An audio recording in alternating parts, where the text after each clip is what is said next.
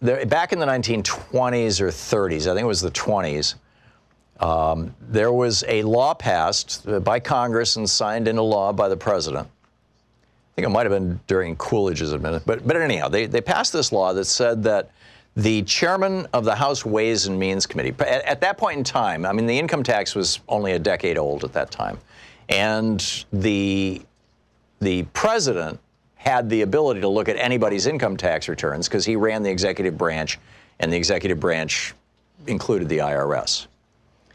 And that was just accepted.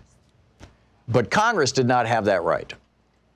And there were some questions, right? I think this might go back to the Teapot Dome scandal. I'll have to look it up. But whatever it was, Congress passed a law that said that one guy in the House of Representatives, or woman, the chairperson of the House Ways and Means Committee, that one person has the right, without condition, without excuse, they don't need to come up with a reason, they simply have the right to see the tax returns of anybody in the United States, which includes the president.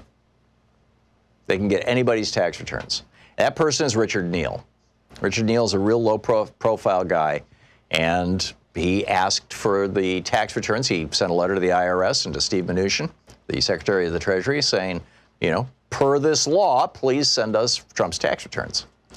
And, of course, Trump sued and said no.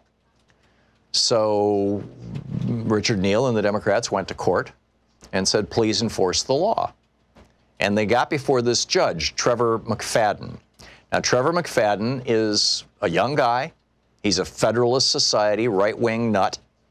He was put on the court by Donald Trump about a year ago. He's a U.S. District Judge out of D.C. And he could have said, yeah, sure, this is the law. Hand over the tax returns. It would have been uncontroversial. But there was this guy, this 80-year-old guy, his name is Dwayne Morley Cox, who filed a friend of the court brief, a motion to intervene in this case, saying in his brief, he said that if Trump gets distracted by having to turn over his tax returns and Iran starts misbehaving, and this is a quote from what this guy filed with the court, but then the Iranians might have escalated matters and we could be in a military situation which affected oil deliveries throughout the world and resulting military consequences with their attendant negative impact upon the economies of many nations, including the United States. This is if Trump gets distracted by the IRS having to turn over his tax returns, even though he has nothing to do with the process.